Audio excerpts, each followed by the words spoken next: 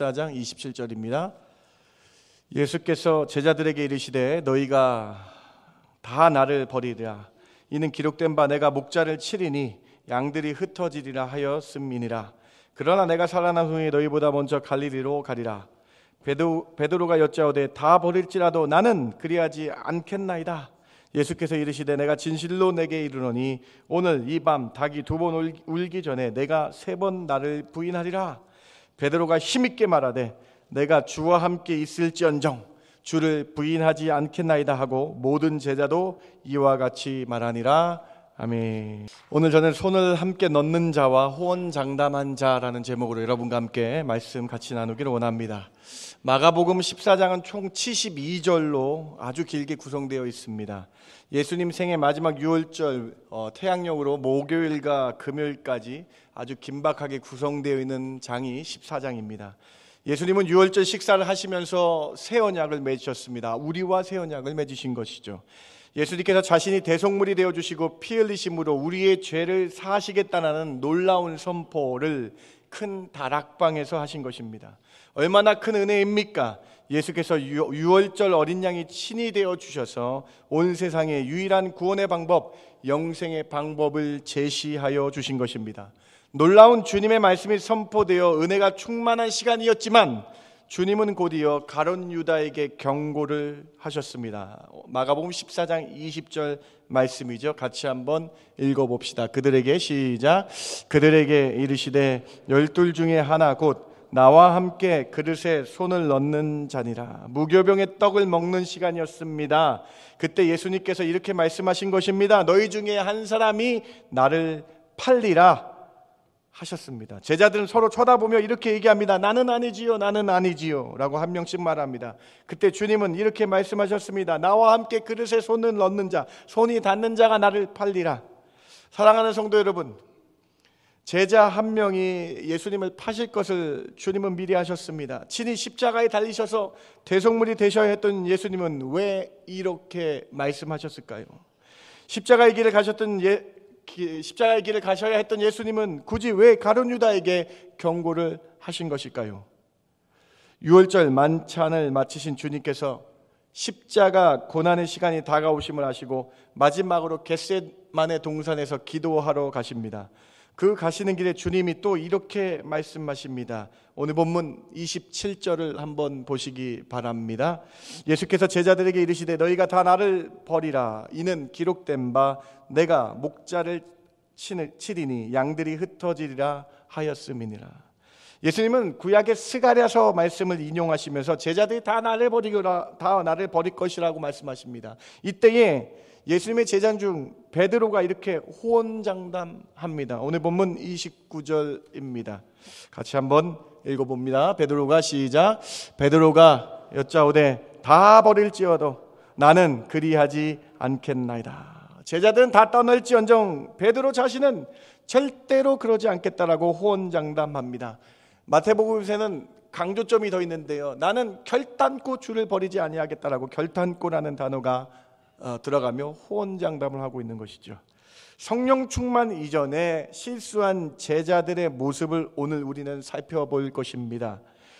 그릇에 예수님과 함께 손을 넣은 가룟 유다의 모습, 그리고 자신은 절대로 그렇지 않을 것이라는 호언장담을 한 베드로의 이 두 사람의 모습을 살펴볼 것입니다. 이 두 명의 제자의 모습을 통해 혹시 내 모습이 아닌지를 뒤돌아보길 원합니다. 나는 어떻게 예수님을 따를 것인가 생각하는 귀한 이 아침 되길 바랍니다. 오늘 3가지 메시지 여러분과 함께 말씀 나누길 원합니다. 첫 번째로 예수님과 함께 그릇에 손을 넣을 것이라는 경고를 받은 가룟 유다는 예수님이 하신 그 말씀하신 그때라도 바로 회개해야만 했습니다. 예수님은 오히려 가룟 유다에게 회개의 기회를 주신 것입니다. 우리 삶에서 회개치 아니한 자의 결과를 기억해야 합니다. 여러분, 예수님께서 제자 중 한 명이 자신을 팔리라고 했을 때에 가룟 유다가 무엇이라고 하고 예수님이 무엇이라고 답했는지 아십니까? 마태복음 26장 25절을 집중해서 한번 보시기 바랍니다. 예수를 파는 유다가 대답하여 이르되 랍비여, 예수님 선생님 나는 아니지요. 대답하시되 내가 말하였도다 하시니라. 제자들이 아니요 아니요 했을 때 가룟 유다도 주님 앞에 와서 주님 제가 아니지요 했을 때 주님께서 이렇게 말씀하세요. 너다. 여러분, 그리고 이 말씀을 하신 다음에 무교병에 떡을 나눠주셨는데 가룟 유다의 손이 마침 그때 닿았다라는 거예요. 그때 여러분 어떻게 했는지 아십니까? 요한복음에 한번 보세요. 여러분, 요한복음 이 말씀하시고 떡을 넣었을 때 손이 닿았어요. 어떤 말씀인지 요한복음 보세요. 여러분, 요한복음 13장 26절 같이 한번 읽어봅니다. 예수께서 대답하시되, 시작. 예수께서 대답하시되 내가 떡 한 조각을 적셔다 주는 자가 그니라 하시고 그 한 조각을 적셔서 가룟 시몬의 아들 유다에게 주시니. 손을 닿고 유다에게까지 주셨다라는 거예요. 여러분, 주님이 제자 중 한 명이 나를 팔리라, 나와 떡 그릇에 손을 닿는 자가 팔리라, 그게 너다라고 말씀하시고 떡을 적셔서 가룟 유다에게까지 주었어요. 근데 성경이 이렇게 기록되어 있어요. 제자들은 그때까지 가룟 유다에게 주신 이유를 몰랐더라라고 기록되어 있죠. 여러분, 가룟 유다가 주님의 이 말씀을 듣고 어떻게 해야 합니까? 정상적인 사람이라면 어떻게 해야 올바른 신앙인입니까? 가룟 유다가 이 떡을 받고 어떻게 해야지만 됩니까? 여러분, 이때라도 그제서라도 주님을 팔려는 생각을 버려야 하는 것이 정상적인 것이 아닙니까? 아니면 최소 일만의 뉘우침이라도 있어야 하는 것이 아닙니까? 회개해야 되는 거 아닙니까? 그런데 여러분, 떡을 받고 난 가룟 유다의 행동이 그대로 적혀져 있어요. 요한복음 13장 30절 가룟 유다의 다음 행동이 곧 이어서 연결돼서 이렇게 기록되어 있습니다. 유다가 그 떡 조각을 받고 곧 나가니 밤이로라. 왜 나갔는가? 영어 킹제임스 버전에 이렇게 강조되어 있어요. 떡 조각을 받자마자, 헬라어 원문에 유데오스라는 단어가 그대로 기록되어 있는데 영어로 immediately, 바로 즉시 떡을 받자마자 로마 군사를 부르러 갔다라는 장면이에요. 여러분, 그는 왜 회개하지 않았을까요? 가룟 유다의 그의 마음은 도대체 무엇으로 가득 찬 것입니까? 예수님의 말씀은 오히려 그에게 회개해야 할 기회를 주신 것인데 그는 그날 밤에 즉시 그 말을 듣자마자 더 분노를 일으키며 로마 군대를 이끌고 겟세마네 동산으로 갔다라는 거예요. 가룟 유다가 회개하지 않았던 이유는 세상 재물에 완전히 사로잡힌 사람이었기 때문에 그렇습니다. 재물에 눈이 멀어 결국 예수님을 돈으로 판 자가 되었습니다. 예수님은 재물에 관한 수많은 설교를 제자들 앞에서 가르치셨어요. 여러분도 들으셔서 아실 것입니다. 낙타가 바늘귀에 들어가는 것처럼 부자가, 재물이 많은 사람이 하나님 나라에 들어가는 것이 어렵다라는 설교도 제자들에게 하셨어요. 또 주님께서 강한 예화를 말씀을 들어주시죠. 어떤 부자가 있는데 그 부자가 소출이 넘쳐나게 됩니다. 부유하게 됐어요. 그리고 어느 정도까지 부유했는가? 탐욕이 있어서 더 많은 소출, 2배의 소출을 얻어서 곡간도 짓고 새로운 곡간이 지었습니다. 새로운 곡간에 다 채워놓고 또 내가 세상에 무엇을 할까 욕심을 부리고 있었을 때에 주님이 그 부자에게 이렇게 말씀하십니다. 다음날 네가 곡간을 다 짓고 채웠는데 다음날 내 생명을 가져가면 이 돈이 누구의 것이 되겠느냐라고 말씀하시면서 재물에 대해서 부유함보다 하나님께 대해 부유한 것이 중요하지 않겠느냐라고 이렇게 부에 대해서, 돈에 대해서 주님이 설명하셨어요. 여러분, 예수님께 제자들이 이렇게 돈에 관한 모든 사항을 듣고 3년 동안 듣고 배웠다라는 거예요. 그런데 여러분, 가룟 유다는 스승인 예수님을 본받으려 하지 않고 재물에만 관심을 두며 예수님을 따라다녔습니다. 마리아가 순전한 나드 향유 옥합을 가져다가 예수님을 위하여 장사했습니다. 얼마나 아름다운 일입니까? 그런데 가룟 유다는 순전한 나드를 부은 그 마리아의 중심을 보지 못하고 300데나리온의 가치를 보며 그것을 허비했다라고 말하고 있는 것이죠. 위선을 떨며 그 돈이면 가난한 사람을 도와주는 것이 더 좋았다라고 말합니다. 그의 속마음이 이렇게 기록되어 있습니다. 요한복음 12장 6절입니다. 이렇게 말하면 가난한 자들을 생각함이 아니요 그는 도둑이라 돈꾀를 맞고 거기 넣는 것을 훔쳐가미러라. 가룟 유다가 예수님을 3년이나 따라다녔지만 그는 결국 돈의 노예가 되어버렸습니다. 그는 가난한 사람을 위하여 써야 된다라고 말하는 것 같지만 사실 3년 동안 돈깨 중 일부를 훔쳐온 사람이었어요. 여러분, 사도 요한이요 정확하게 기록했는데요. 여기서 돈깨를 훔쳐가고 있다는 이 동사를 미완료라는 동사를 사용해요. 이게 무슨 얘기냐? 성경 원문에 미완료라는 동사를 사용했다는 것은 유다가 예전부터 3년의 어느 신가 예전부터 지금까지 돈을 줄곧 손을 대 왔다라는 것을 강조하여 쓰고 있어요. 따라서 사도 요한은 가룟 유다가 예수님의 제자였지만, 예수님을 줄곧 따라다녔지만 그의 마음속에는, 그의 관점에는 돈에 있었고 예수님에 대한 관심이 전혀 없었다라는 거예요. 돈을 사랑하여 일만 악의 뿌리가 되어서 악한 자가 되었다라고 말씀하고 있는 거예요. 사랑하는 성도 여러분, 내 마음속에 물질이 가득하게 되면 사단이 그 틈을 파고듭니다. 그 틈을 파고들어서 죄를 짓게 만듭니다. 하나님과 멀어지게 합니다. 여러분, 누구나 다 실수할 수 있습니다. 오늘 등장한 베드로도 가룟 유다와 같이 큰 실수를 합니다. 어떤 실수입니까? 3년이나 모셨던 스승을 철저히 부인했습니다. 부인할 뿐만 아니라 저주하고 배신했습니다. 마가복음 오늘 14장의 뒷부분을 한번 보시기 바랍니다. 14장 71절에 그러나 베드로가 저주하며 맹세하되 나는 너희가 말하는 이 사람 예수님을 알지 못하리라 하니, 예수님을 직접 저주한 것이 아니라 3번이나 부인했어요. 강력하게 부인하며 자신을 저주하며 말하는 것입니다. 상당히 심각한 부분인데요, 예수님께서는 이미 이렇게 말씀하지 않았습니까? 마태복음 10장 33절을 한번 읽어보시기 바랍니다. 누구든지, 시작, 누구든지 사람 앞에서 나를 부인하면 나도 하늘에 계신 내 아버지 앞에서 그를, 얼마나 무서운 말씀이에요. 그런데 베드로가 3번이나 부인하고 예수님을 부인한 자신을 저주하는 모습을 통해서 예수님을 절대 모른다라는 행위를 한 거예요. 사람들 앞에서 예수님을 전면적으로 부인한 거예요. 사랑하는 성도 여러분, 가룟 유다도 실수를 했고 베드로도 실수를 했어요. 공교롭게 여러분, 베드로와 가룟 유다에 대해서 예수님이 이렇게 말씀하신 부분이 있습니다. 마가복음 8장 33절을 한번 보세요. 베드로에게 주님이 이렇게 말씀하셨어요. 베드로를 꾸짖어 이르시되 사탄아 내 뒤로 물러가라 라고 말씀하신 적이 있어요. 누가복음 22장 3절에 가룟 유다에게 이렇게 기록되어 있습니다. 12 중에 하나인 가룟이나 부르는 유다에게 사탄이 들어가니, 베드로의 마음에도 사탄이 틈이 탔었고 가룟 유다에게도 사탄이 틈이 탔습니다. 그런데 베드로는 주님을 부인한 후 통곡하며 주님께 회개하였습니다. 그런데 가룟 유다는 주님께 회개치 않은 결과를 우리는 정확히 기억해야 한다는 거예요. 나중에 은 30을 대제사장들과 장로들에게 던지며 후회했지만 회개하지 않았습니다. 그리고 스스로 생을 마감합니다. 사랑하는 성도 여러분, 큰 실수를 한 두 사람의 결과가 너무나 다릅니다. 주님 앞에 회개했느냐, 회개하지 않았느냐의 차이점이라는 거예요. 우리도 똑같습니다.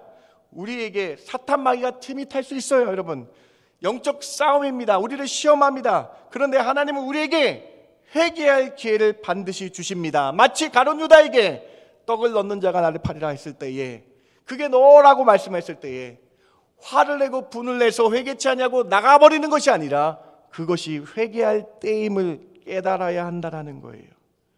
그 기회에 우리는 어떻게 반응하느냐라는 거예요. 하나님께 진심으로 회개하고 죄에서 돌아서고 있느냐, 안 돌아서고 있느냐, 오늘 이 본문을 통해서 기억해야 된다라는 것입니다. 진실로 회개한 베드로는 초대교회의 수장까지 세우시는 하나님의 은혜를 입게 됩니다. 그러나 회개치 아니한 가룟 유다는 스스로 생을 마감하게 됩니다. 우리는 어떻게 살아야 합니까? 여러분, 시편 7절 말씀, 시편 7편 말씀을 꼭 기억하시기 바랍니다. 이게 뭐 나를 찌르는 게 아니라 말씀을 한번 잘 보세요. 여러분, 시편 7편 12절 말씀을 같이 한번 봉독해 봅시다. 사람이, 시작, 사람이 회개하지 아니하면 그가 그의 칼을 가시며 그의 활을 이미 당기어 예비하셨도다. 하나님의 말씀을 듣고 찔림이 되며 자신을 뒤돌아보게 된다면 여러분, 반드시 회개해야 됩니다. 하나님이 우리 모두에게 다 회개의 기회를 주십니다. 변명으로 되는 것이 아닙니다. 자꾸 잘못을 덮으려 하면 안 됩니다. 오늘 시편 7편은 반드시 회개해야 함을 말씀하고 있는 본문이에요. 회개치 아니한 자에게 이미 그 활이 당기어서 예비되어 있다라고 말씀하고 있어요. 무슨 말씀이에요, 여러분? 그냥 후회하고 변명으로 잘못을 덮으려고 하면 오히려 하나님의 활이 더 크게 시위가 당겨져서 큰 심판에 이르게 된다라고 말씀하고 있는 거 아닙니까? 사랑하는 성도 여러분, 오늘 첫 번째 메시지, 가룟 유다의 실패를 통해서 우리는 실수할 때에 주님 앞에 회개하는 심령들 되시길 주님의 이름으로 축원합니다. 회개하는 것만이 답입니다. 예수님의 말씀을 통해서 경고하시는 거예요. 떡그릇에 손을 넣은 자가 나를 팔리라고 했을 때 가룟 유다는 회개해야만 했습니다. 주님의 말씀이 회개의 경고의 말씀으로 들어져야 돼요. 내가 회개치 못한 부분이 있다면 오늘 말씀을 듣고 철저히 회개하시는 저와 여러분 되길 주님의 이름으로 부탁을 드립니다. 미워하는 마음을 회개하시기 바랍니다. 질투하는 마음을 회개하시기 바랍니다. 음란을 회개하시기 바랍니다. 사랑하지 못했던 마음을 회개하시기 바랍니다. 입술에 남을 비판하고 정죄하는 마음을 회개하시기 바랍니다. 이렇게 회개할 때에 주님이 우리를 성령 충만으로 이끄시며, 이렇게 회개할 때에 우리의 모든 더럽고 추악한 죄를 미쁘신 주님이 깨끗게 하실 줄 믿습니다. 사도행전 2장 38절의 고백을 한번 보시기 바랍니다. 베드로가 이르되 너희가 회개하여 각각 예수 그리스도의 이름으로 세례를 받고 죄사함을 받아라. 그리하면 성령의 선물을 받으리니. 베드로가, 회개한 베드로가 회개하자, 우리 회개하자, 주님 앞에 다시 나아가자, 그리고 죄사함을 받자, 그리고 성령의 선물을 받자. 여러분 나중에 사도행전 2장 38절 한번 가보세요. 성령을 선물로 받으리라라고 거기 니은이나 기억으로 되어 있을 거예요. 성령을 선물로 받게 되는 거예요. 회개하는 자에게 주님은 성령을 부어주실 줄 믿습니다. 요한일서 1장 9절, 여러분 우리 신앙 고백으로 같이 한번 읽어봅시다. 만일 우리가, 시작, 만일 우리가 우리 죄를 자백하면 그는 미쁘시고 의로우사 우리 죄를 사하시며 우리를 모든 불의에서 깨끗하게 하실 것입니다. 여러분 우리가 주님 앞에 회개하면 그 어떤 죄에서도 깨끗하게 되는 놀라운 은혜 입으시는 저와 여러분 되길 주님의 이름으로 축원합니다. 첫 번째 메시지 꼭 기억하시기 바랍니다. 주님이 말씀하실 때에 그때가 회개의 기회이다. 주님이 말씀하실 때 그때 우리 마음 가운데에 찔림이 있다면 회개하는 심령으로 나갈 때 성령을 부어주시며 모든 죄에서 모든 불의에서 깨끗게 하여 주실 줄 믿습니다. 이것이 신앙인의 모습이어야 돼요. 이것이 신앙인의 모습으로 살아가야 된다는 거예요. 이 은혜가 있기를 바랍니다. 두 번째로, 크리스찬은 호언장담으로 자신을 믿으며 사는 것이 아니라 능력 주시는 주님을 믿으며 살아가야 합니다. 이 마지막 밤 베드로의 호언장담을 보시기 바랍니다. 오늘 14장 29절 본문 31절까지 베드로의 호언장담을 한번 보세요, 여러분. 베드로가 여짜오되 다 버릴지라도 나는 그리하지 않겠나이다. 예수께서 이르시되 내가 진실로 내게 이르노니 오늘 이 밤 닭이 2번 울기 전까지 내가 3번 나를 부인하리라. 31절 보세요, 여러분. 베드로가 힘있게 말하되 내가 주와 함께 죽을지언정 주를 부인하지 않겠나이다 하고 모든 제자도 이와 같이 말하니라. 제자들이 다 양같이 흩어지라고 주님이 말씀하셨을 때 베드로가 서슴없이 나는 안 그럴 거예요, 주님 이라고 외칩니다. 결단코 자기는 그렇지 않을 거라고 외칩니다.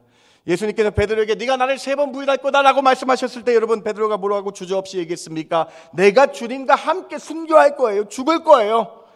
내가 주님과 함께 죽을지언정 주님을 어떻게 제가 부인하겠습니까? 라고 호언장담합니다. 호언장담, 사전적인 정의가 이렇습니다. 호기롭고 자신 있게 말함이라고 정의되어 있어요. 이런 호언장담 속에는요, 여러분 사실 나를 믿는 마음이 있는 거예요. 자신을 믿는 마음이 있는 거예요. 나는 이렇게 할 것입니다. 나는 이런 상황에서 할 수 있습니다. 나는 자신을 믿는 속마음의 발현이 호언장담이라는 것입니다. 이런 호언장담의 배경에는 나의 능력을 믿는 거예요. 나의 능력으로 이 정도쯤이야 하는 자신감으로 인생을 살아온 사람이에요, 여러분. 사랑하는 성도 여러분, 베드로의 모습을 보시기 바랍니다. 그렇게 각오하며 호언장담했는데 여러분, 겟세마네의 기도가 끝났어요. 여러분 3시간 4시간도 안 돼서 자신이 하는 호언장담이 물거품이 되고 허풍이 되어버렸어요. 3시간 4시간도 안 지나서 주님이 말씀하신 그대로 예수님을 부인하며 저주까지 합니다. 사랑하는 성도 여러분, 믿는 자는요, 크리스찬은요, 자신의 경험과 자신의 능력으로 사는 사람이 아닙니다. 믿는 자는 주님을 의지하며 말씀을 드리며 확인하며 살아가는 자인 줄 믿으시기 바랍니다. 여러분, 믿는 자는 자신의 능력으로 호언장담하며 사는 것이 아니라 믿음으로 사는 자가 되어야 된다는 거예요. 저는 성경에서 베드로의 호언장담과 갈렙의 호언장담을 비교해야 된다고 생각합니다. 여호수아 14장 12절 갈렙의 호언장담을 보시기 바랍니다. 그날에 여호와께서 말씀하신 이 산지를 지금 내게 주소서. 당신도 그날에 들으셨거니와 그곳에 아낙 사람이 있고 그 성읍들은 크고 견고할지라도 여호와께서 나와 함께 하시면 내가 여호와께서 말씀하신 대로 그들을 쫓아내리라. 지금 이 말을 한 갈렙의 나이가 몇 살인지 아십니까? 85살이에요. 이거 여러분 빨간색만 보시기 바랍니다. 빨간색만. 85살 된 노인이 이 산지를 지금 내게 주십시오. 내가 그들을 쫓아내겠다 라고 호언장담으로 들릴 수 있어요. 그런데 여러분, 갈렙의 이 말과 베드로의 이 말의 차이점이 어디에 있습니까? 다음, 똑같은 구절을 파란색과 빨간색 구절에 중심하여 보시기 바랍니다. 갈렙의 호언장담이 아니라 믿음의 고백을 보시기 바랍니다. 똑같은 구절인데 여러분, 여호와께서 말씀하셨기 때문에 젖과 꿀이 흐르는 땅을 나에게 주셨기 때문에 지금 이 산지를 내게 주시옵소서. 그날에 주님이 말씀하셨기 때문에 됩니다. 여호와께서 나와 함께 하시기 때문에 주님의 말씀대로 될 줄 믿고 제가 이 땅을 나아가겠습니다. 비록 안악이라는 큰 무서운 사람이 있을지라도. 사랑하는 성도 여러분, 믿음의 고백입니까? 호언장담입니까? 사랑하는 성도 여러분, 우리는 갈렙처럼 믿음의 고백으로 살아가시기 바랍니다. 여호와 하나님이 함께 하시면 저는 할 수 있습니다. 주님 저와 함께하여 주시옵소서. 주님 나와 함께하여 주십시오. 사는 믿는 자는 이렇게 믿음으로 주와 함께 해달라고 바라보며 사는 자가 되어야 한다는 것입니까? 사랑하는 성도 여러분, 여러분 이렇게 질문하실 수 있어요. 갈렙과 베드로가 다른 상황 때문에 이런 거 아닙니까? 목사님, 갈렙은 베드로처럼 위험에 처한 것이 아닙니까? 이렇게 이야기하실 수 있겠습니다. 그러나 절대 그렇지 않습니다. 여러분, 오히려 갈렙이 더 위급한 상황입니다. 여러분, 여기서 이 아낙 자손 어떤 자손이에요? 여러분, 45년 전에 12정탐꾼의 보고를 통해서 이 아낙 자손 때문에 이스라엘 1세대가 몇십만 명이 다 죽은 거 아닙니까? 이렇게 무서운 족속이에요. 여러분, 성경에 보니까 네피림의 후손들이었어요. 거인 족속의 후손들이었어요. 이 아낙 자손을 보고 10명의 정탐꾼이 우리는 메뚜기 같다 말하면 무너진 무서운 족속 아닙니까? 그런데 갈렙이 믿음으로 고백합니다. 내가 할 수 있는 것이 아니라, 내 능력으로 할 수 있는 것이 아니라 여호와께서 함께 하시면 우리는 할 수 있습니다. 베드로의 호언장담과 갈렙의 믿음의 고백이, 신앙 고백이 보이십니까? 사랑하는 성도 여러분, 저는 말씀을 준비하면서 이 갈렙의 믿음의 고백이 우리의 고백이 되어야 되겠다는 강한 은혜를 받았습니다. 여러분, 우리가 인생을 살면서 내 뜻대로 다 되지 않잖아요. 우리가 살면서 내 마음대로 내 뜻대로 된 것이 얼마나 많이 있습니까? 다 하나님께서 인도하신 것이죠. 오늘 갈렙의 고백처럼 믿음으로 살아가시는 저와 여러분 되길 주님의 이름으로 축원합니다. 베드로의 성령 충만 받기 이전에 호언장담, 나는 할 수 있다, 내 능력을 할 수 있다가 아니라 주님이 함께 하셔야 됩니다라는 믿음의 고백이 있길 바랍니다. 바울이 이렇게 갈렙처럼 살자라고 제안하지 않습니까? 빌립보서 4장 13절 같이 한번 봉독합니다. 내게 시작. 내게 능력 주신 자 안에서 내가 모든 것을 할 수 있습니다. I can do everything through Christ. 예수님 in Christ, 예수님 안에서 우리는 모든 걸 할 수 있는 거예요. 내가 하는 것이 아니라 주님 안에서, 주님을 통해서, 힘 주시는 주님을 통해서 I can do everything, 모든 걸 하겠어요. 여러분, 모든 것을 할 수 있다라는 거예요. 사랑하는 성도 여러분, 갈렙처럼 여호와 하나님과 함께 하시면 됩니다. 바울처럼 주님이 능력 주시기 때문에 저는 할 수 있습니다. 믿는 자의 고백 되시는 저와 여러분 되길 주님의 이름으로 축원합니다. 두 번째 메시지예요. 세 번째로, 내 경험과 내 뜻대로, 내 생각대로 살면 자신의 방법대로 삶을 살아가게 됩니다. 크리스찬은요, 여러분, 주님의 뜻인 말씀으로 인생을 점검하며 살아가야 합니다. 베드로가 자신은 결코 주님을 떠나지 않고 주님 곁에 있더라고 호언장담했습니다. 그리고 예수님과 함께 겟세마네 동산으로 향했습니다. 이 동산에서 예수님은 야고보와 베드로와 요한을 데리고 가셨어요. 이 동산에서 예수님은 기도하셨습니다. 그런데 베드로와 야고보와 요한은 졸고 있었습니다. 기도하지 않았습니다. 그리고 예수님의 기도가 끝나자마자 그 겟세마네 동산에 가룟 유다와 군사들이 예수님을 잡으러 왔습니다. 그 무리 중 대제사장의 종 말고가 예수님을 잡으려 했습니다. 그때에 내가 할 수 있습니다, 내 뜻대로 할 수 있습니다, 내 경험대로 산 베드로가 말고의 귀를 쳤습니다. 오늘 보면 14장 46절 47절을 한번 보시기 바랍니다. 그들이 예수께 손을 대어 잡거든 곁에 서 있는 자 중에 한 사람이 칼을 빼어 대제사장의 종을 쳐 그 귀를 떨어뜨리니라. 요한복음에서 이 사람을 베드로라고 기록하고 있어요. 그리고 대제사장의 종의 이름을 말고라는 사람의 이름으로 기록하고 있습니다. 여러분 잘 보세요. 말씀을 베드로가 내가 할 수 있고 내 뜻대로 그런 생각이 있기 때문에 자신의 신념대로 칼을 휘두른 거예요. 여러분 이 본문이 왜 중요한지 깊이 생각해 보시기 바랍니다. 예수님이 잡히시니까 베드로가 그렇게 행동한 것이 당연한 것인지도 모르겠다고 생각하실 수 있겠어요, 여러분. 그러나 여러분 앞에서 베드로가 절대로 주님을 떠나지 않겠다라는 이 신념 때문에요, 내 말이 맞기 때문에, 내 뜻이 맞기 때문에, 내 생각하기엔 내가 맞기 때문에 다른 사람은 잘못됐어라고 말하며 신념대로 움직인 거예요. 여러분 이 신념은요 결코 믿음이 아닙니다. 자신의 신념인 것입니다, 여러분. 근데 이 신념이 참으로 위험합니다. 성경의 점검을 받지 않는 내 뜻은 참 위험합니다. 자신의 생각대로 하기 때문이에요. 심지어 교회의 권위도 이 신념이 먼저 되면 자신의 뜻대로 행하고 말하게 됩니다. 베드로가 자신의 신념 때문에 칼을 휘두르고 칼을 찌른 거예요, 여러분. 성령 충만하지 않은 베드로가 자신의 신념대로 살아간 모습이 보이는 거예요, 여러분.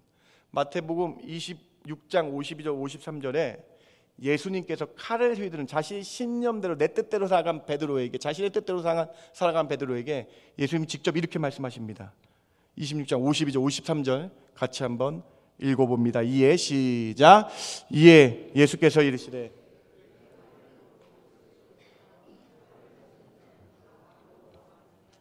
너는 내가 내 아버지께 구하여 지금 12군단 더 되는 천사를 보내시게 할 수 없는 줄 아느냐. 주님이 12군단 12디비전입니다, 여러분. 사단이 12개예요, 여러분. 그 많은 천사를 내가 보낼 줄 너는 모르냐. 어떻게 내가 칼로 사람을 치느냐. 자신의 신념대로, 믿음이 아니라 자신의 신념대로 칼을 사는 사람은 그 칼로 망하게 된다라고 주님이 말씀합니다. 자신의 방법과 자신의 뜻대로 사는 사람은 그 방법과 뜻이 잘못된 것인지도 모르고 행하여 망하게 된다라고 주님이 말씀하고 있는 거예요. 여러분 기가 막힌 본문 아닙니까? 잡히는 그 순간까지도 사랑하는 제자 베드로를 위해서 주님이 말씀하신 거예요. 이 말씀의 핵심은요, 내 혈기대로, 내 본능대로, 내 신념대로 이 세상 사는 것이 아니라 주님의 뜻이 무엇인지 말씀으로 물으며 살아가야 되는 것이 크리스찬의 모습임을 보여주시는 본문입니다. 여러분의 생각과 뜻인 여러분의 고집으로, 신념으로 살아가지 마시기 바랍니다. 하나님의 말씀, 성경대로 살아가시는 저와 여러분 되길 주님의 이름으로 축원합니다. 여러분 하나님의 말씀으로 여러분의 생각과 신념을 확인하셔야 돼요. 왜 말씀을 주야로 읽으라 합니까? 왜 말씀을 읽어야 됩니까? 혹시 내 뜻대로 살까봐, 하나님의 뜻이 아닌 내 신념대로 살까봐 말씀을 늘 가까이 하고 말씀을 먹어야 된다라고 예수님께서 우리에게 말씀하고 계신 거 아닙니까? 우리는 주님이 만든 피조물이니 주의 뜻대로 살아가기 위해서 말씀을 봐야 된다는 것 아닙니까? 사랑하는 성도 여러분, 시편 119편 11절 보시기 바랍니다. 우리는 말씀을 늘 점검해야 돼요. 어떻게 점검합니까? 19편 11절 같이 한번 읽어봅니다. 내가 시작. 내가 주께 범죄하지 아니하려 하여 주의 말씀을 내 마음에 두었나이다. 말씀을 통해서 말씀으로 범죄했는가 아닌가 확인하며, 내 뜻대로 살지 않았는가 확인하며 주의 뜻대로 점검하며 말씀으로 살아가는 자가 되어야 된다. 디모데후서 3장 16절 너무나 잘 아시죠?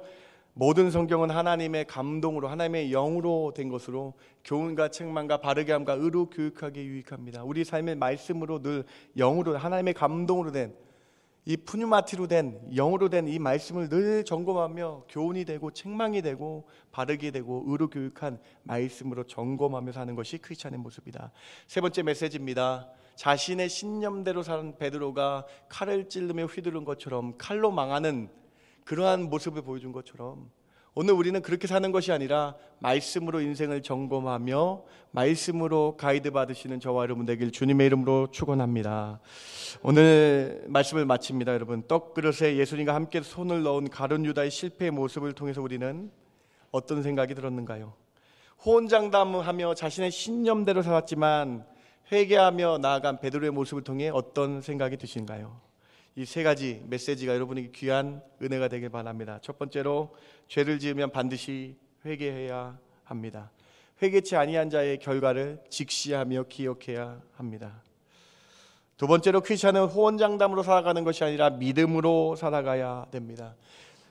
크리스찬은요, 하나님이 함께 하시고 능력 주신 자 안에서 모든 것을 할 수 있다라는 믿음으로 사는 자가 되어야 된다는 거예요. 세 번째로, 그 신념과 내 뜻대로 살아가는 그 모습이 얼마나 위험한지를 깨닫고 우리는 하나님의 말씀, 하나님 영으로 된 말씀으로 점검하며 살아가야 됩니다.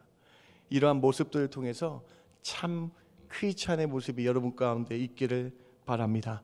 두 제자가 실패한 것을 바라보면서 나는 어떤 주님을 따르는 제자의 삶을 살 건가 바라보며 말씀으로 점검하며 늘 내 뜻이 아닌, 내 신념이 아닌 주의 뜻대로 살겠습니다 고백하시는 저와 여러분 되길 주님의 이름으로 축원합니다. 잠깐 기도합니다. 하나님 감사합니다. 우리 인생을 내 뜻대로 살겠습니다 호언장담하며 사는 것이 아니라 믿음으로 살겠다라고 고백하게 하여 주시옵소서. 주님, 내 인생이 주께 있음을 바라보며 주의 말씀대로 살겠다라고 결단하고 고백하는 저희들 되게 하여 주시옵소서.